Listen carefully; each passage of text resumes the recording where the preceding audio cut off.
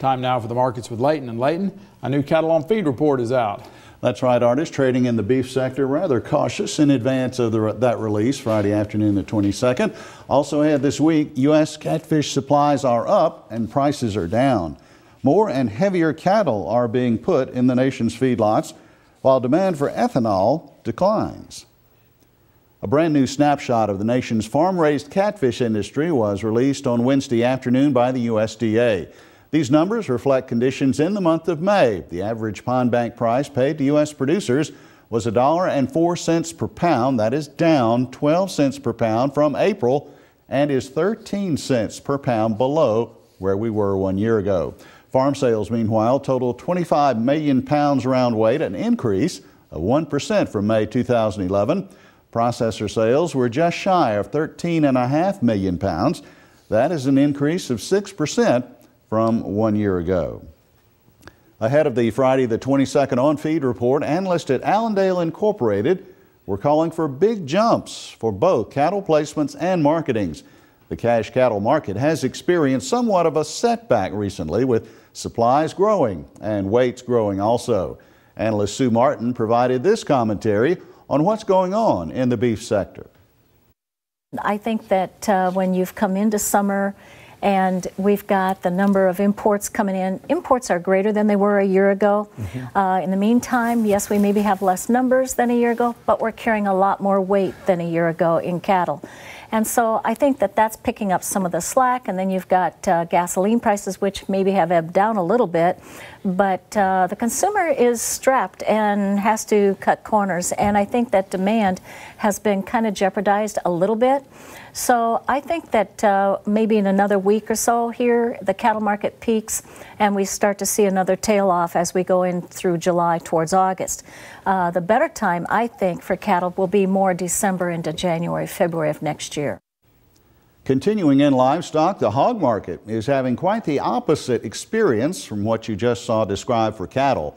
Analyst Darren Newsom is even of the opinion that the pork sector is in for a bullish period. We've actually got a short supply situation. We've got packers really pushing this market. We had very strong cash markets. It looks like we want to stick with this for a little while. We've turned the trend of the cash market up. I think it's going to continue to pull the futures market as well. So, you know, where the cattle industry looks bearish, at least for short term, looks like it's going to be quite bullish for hogs. And we look to forestry for our trivia quiz this week. And here's the question you need to answer. What type of pine tree stands produce a higher percentage of poles? Pick your answer from these three choices: loblolly pine, slash pine, or longleaf pine. We'll tell you the correct response in a few minutes. Some U.S. analysts are saying we are experiencing a weather-driven market, especially in soybeans. Extension economist John Michael Riley joined me Thursday morning to discuss corn and beans and the recent supply-demand report for the month of June. John Michael, Thursday morning, U.S. grain futures down some due to forecasts of maybe a better chance of rain up in parts of the Corn Belt. This is really a weather market now, isn't it? It really does ebb and flow as the weather goes. It's constantly sitting under the potential of a rain cloud, and that's what we're dealing with today. We've been dealing with that for actually, you know, the past number of weeks, if not over the month and a half. It seems like as weather projections come in for rain across the Corn Belt, the market goes down, and vice versa. So we really are in a weather market because it is the crop got planted early. It's at a very critical stage, both corn and soybeans at this point in time. So weather is very important to the crop. So that's really why we are in that stage. And we forget sometimes, even though we may have had some recent showers in the Mid-South, that's not the case in the Corn Belt and other parts of the Midwest. You're right. Mississippi's production counts for less than 1% of the corn crop and roughly 2 to 2.5% of the soybean crop. So we are really a drop in the bucket from the national scale, and that's why it is focused on the Corn Belt. Well, let's talk a little bit about the supply-demand report that came out for the month of June. From your point of view, any real surprises in there? The market saw a big surprise on the corn with respect to corn. They were really looking for all these weather factors that have been taking place to pull down the yield per acre. USDA didn't change that from the previous projection of 166 bushels an acre, which is slightly above trend, but the market was looking for that to be down a little bit due to these weather concerns. But it is going to be interesting to see how that progresses. Soybeans actually tighter than the market expected. So we really saw corn move one way and soybean go the other when the report was released. Now, in about another week, June 29th, that could be a market moving day. We've got two major reports coming out that day. What are your expectations that we may see some I expect it to move the market. There's a lot of talk about with the wheat crop getting harvested so quickly, there's going to be some double crop beans coming in behind wheat.